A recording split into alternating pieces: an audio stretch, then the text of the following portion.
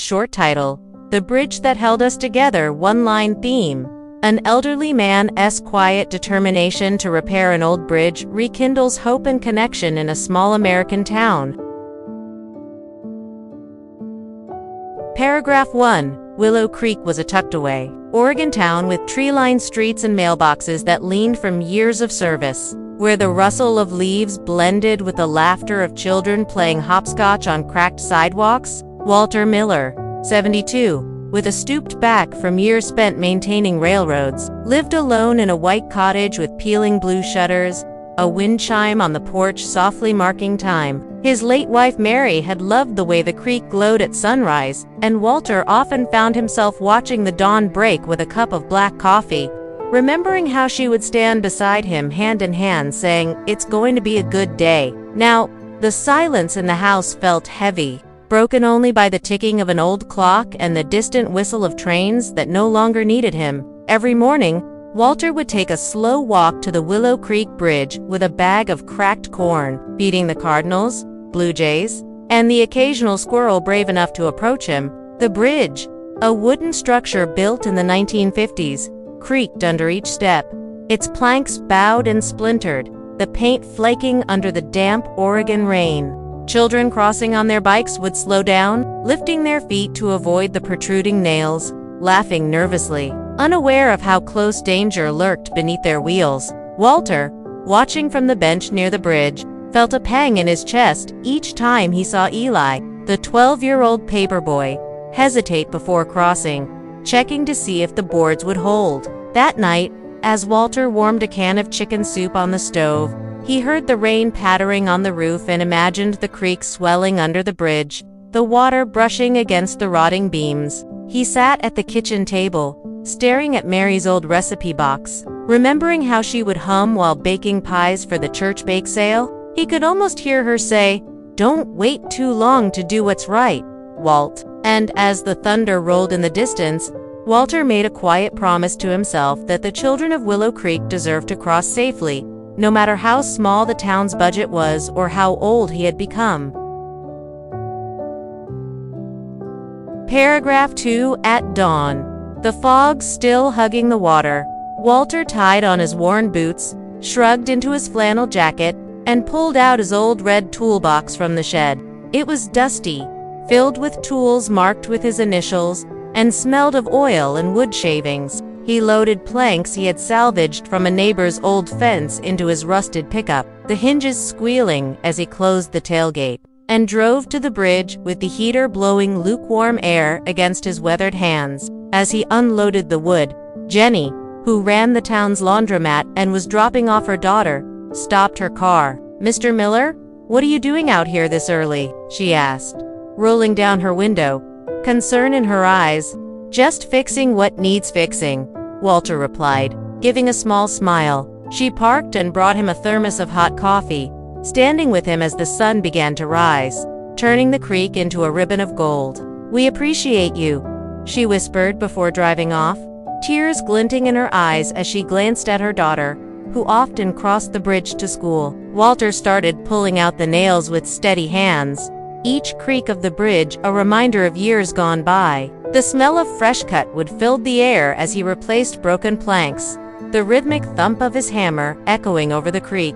Birds flew overhead, startled, then settled nearby, watching curiously. Around mid-morning, Mr. Harris, owner of the hardware store, arrived with boxers of new nails, a drill, and safety goggles, setting them down without a word but with a nod that said, "You're not alone." Teenagers passing by on skateboards stopped, exchanging hesitant glances before offering to hold planks steady or sweep away debris, their Bluetooth speakers playing country music as they worked alongside Walter. As the hours passed, more neighbors joined Emily, a young mother with a baby strapped to her chest, brought sandwiches, and old Mr. Thompson, who hadn't left his house in months, brought lemonade, claiming it was the least he could do. By the afternoon, the bridge was alive with sounds, laughter, drills, buzzing, hammers, pounding, the creek's gentle gurgle beneath it all. Walter's heart felt lighter, watching people who barely spoke to each other in years working together, united by something as simple as the need for a safe bridge. Paragraph 3. As the sun began its slow descent, casting long shadows across the creek, the final nails were driven in, and the last plank was secured with a satisfying thud. The teenagers took turns testing the bridge, stomping playfully while parents watched, ready to catch them if anything gave way. But the bridge held firm, each step a promise of safety. Eli was the first to cross with his bike, pedaling cautiously, his eyes wide, then breaking into a grin as he shouted, "It's so smooth!" His laughter echoed across the water, and a cheer rose from the gathered crowd, hands clapping, smiles breaking through the fatigue of a long day. Lanterns were strung along the railings, glowing softly as twilight arrived. Someone started playing a guitar, strumming a slow country tune as families gathered around, sitting on the grass or leaning against the railings, sharing stories of when they first came to Willow Creek. The air smelled of fresh pine, wet earth, and coffee as Walter sat on the bench he had claimed as his own, his toolbox by his feet, and watched the town transform in front of him. Jenny approached him, her daughter holding her hand. "Mr. Miller, I can't thank you enough," she said, her voice catching. The little girl stepped forward, offering Walter a drawing she made, a stick figure of him with the bridge, and the words, "Thank you for fixing our bridge." Walter held the paper with trembling hands, his eyes misty as he smiled at the girl, ruffling her hair gently. "You take care crossing?" "Okay," he said, his voice soft but steady. Around him, neighbors who had long since forgotten how to lean on each other were reconnecting, exchanging phone numbers, planning picnics, and sharing recipes. The bridge was no longer just wood and nails. It was a place where the town found its heart again. That night, as Walter packed up his tools, Eli ran up to him, breathless, saying, "Mr. Miller, will you teach me how to fix things?" Walter chuckled, patting the boy's shoulder, and replied, "Sure thing, kid. We all need to know how to fix what's broken." As he walked home under a sky bursting with stars, the air cool and crisp, Walter felt Mary's presence beside him, as if she were holding his hand, reminding him that even small acts of kindness could light up the darkest corners of the world. Paragraph 4 weeks turned into months, and the bridge on Willow Creek became more than a crossing point.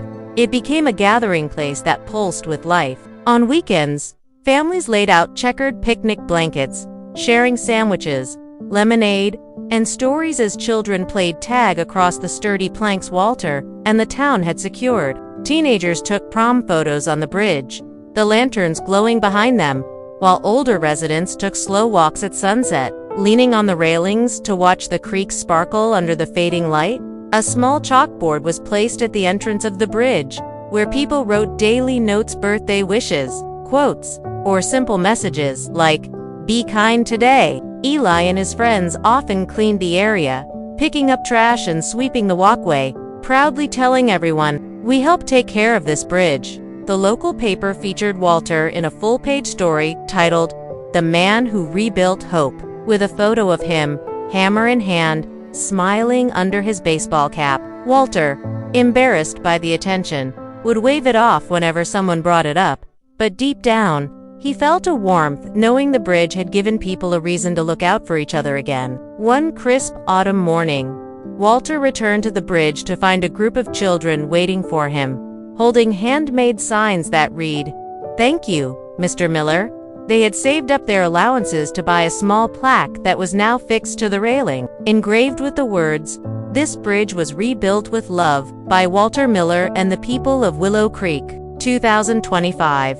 Walter's eyes welled up as he read it, his rough hands tracing the letters slowly. "I didn't do it alone," he told them, looking at the faces of the children, parents, and neighbors who now stood as guardians of the bridge. Walter continued to visit the bridge every morning, feeding the birds, greeting joy, and sharing stories with young Eli, who had started helping elderly neighbors with small repairs around town. "Fixing things is what we do now," Eli would say proudly, earning a gentle laugh from Walter. On his last visit before winter, Walter stood at the bridge at sunrise, the cold air biting, watching the creek move gently under the sturdy planks. He closed his eyes, hearing Mary's voice in the breeze, and felt at peace. In the end, the bridge wasn't just about crossing from one side to the other, it was about building a path for others, reminding a small American town that even the quietest acts of kindness could hold an entire community together. One nail,